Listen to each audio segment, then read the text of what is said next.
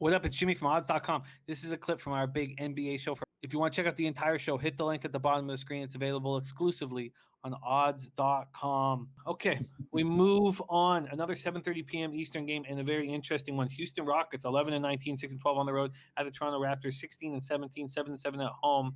And I'm happy this market hasn't moved because I didn't bet it. I did the NHL show earlier, just like an hour ago, and I wanted to lock in a couple spots. I did want to lock in the Suns, and it's a mistake, and I still haven't bet it yet. I mean, it could be 6 when this show's over.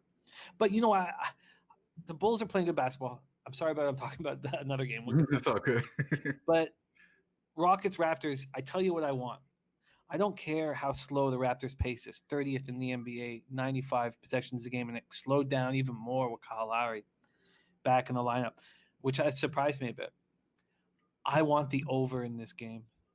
There's going to be no paint presence whatsoever. I feel that. In Rockets, Raptors, and it hasn't moved. It's sitting at 220.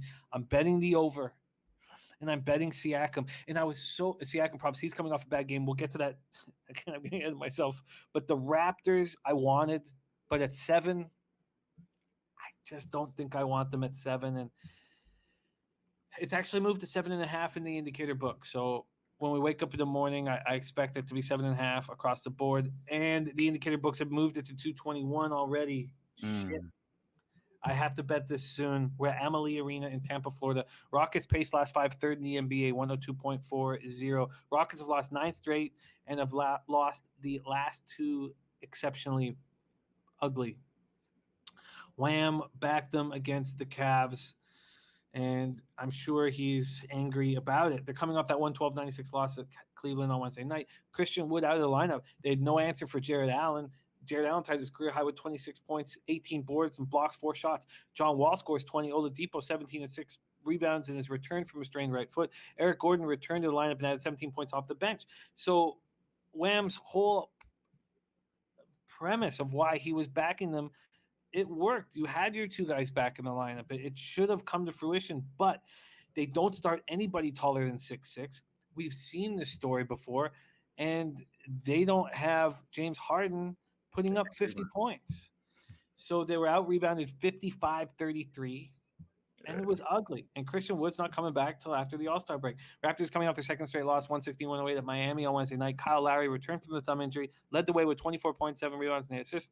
And it was sad watching because it just feels like his departure is imminent. And, after 9 years of watching that big ass fight so hard for us and bring an NBA championship to our city, looks like he's just showcasing himself. And it's sad. Van Fleet, 24 points for the Raptors. Norman Powell, 17. OG Anunoby, 14. The Raptors shot the ball well, but were soundly defeated on the glass. You want to know a team that's not going to happen against? The Rockets. That's why maybe I still back them at 7. Siakam was terrible. 1 for 6, 5 points, 4 assists, 2 boards.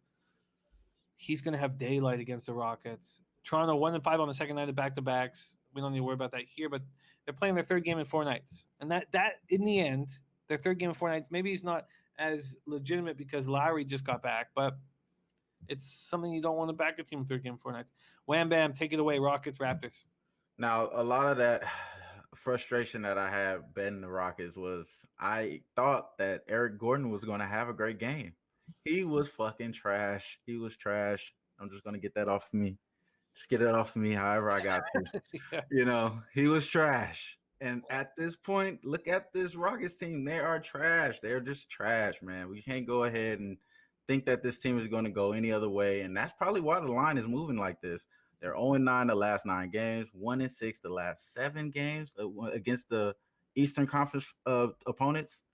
They're not that good, man. They're just not that good. And I honestly think this could be a bounce back spot for them. But against this Raptors team that's just going hot on the first quarter, that's where I'm aiming this at. In the first quarter, the Raptors, they're 21-10 for the season in 1 push, right? Wow. So they're plus on the all-time. They're 9-5 when they're at the house, if this is their house, right? And the last 10 games in the last 10 first quarters, they cover 7 of those. So let me get this one because the last 10 games for the Rockets, they haven't covered 7. They only covered 2 of those. So I'm looking at this Rockets team as probably being slow dragging, trying to get who's hot. You see how they're playing. They're playing who gets hot, and they're going to get the ball to that guy. And none of these guys are getting hot. So I'm going ahead and just fade these guys. I think early is the spot here.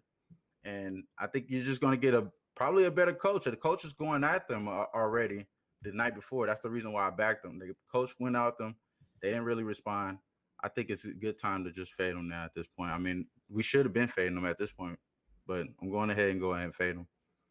How do you want to do it? Yeah, I'm taking the first quarter, whatever we getting at there. I think we could get it at 2.5, something around there, if I'm not mistaken. Let's see. I can get you 2.5 minus 108. Yes, sir. Wham. Raps first quarter minus 2.5 and minus 108. And I don't hate the Raps here at this spread.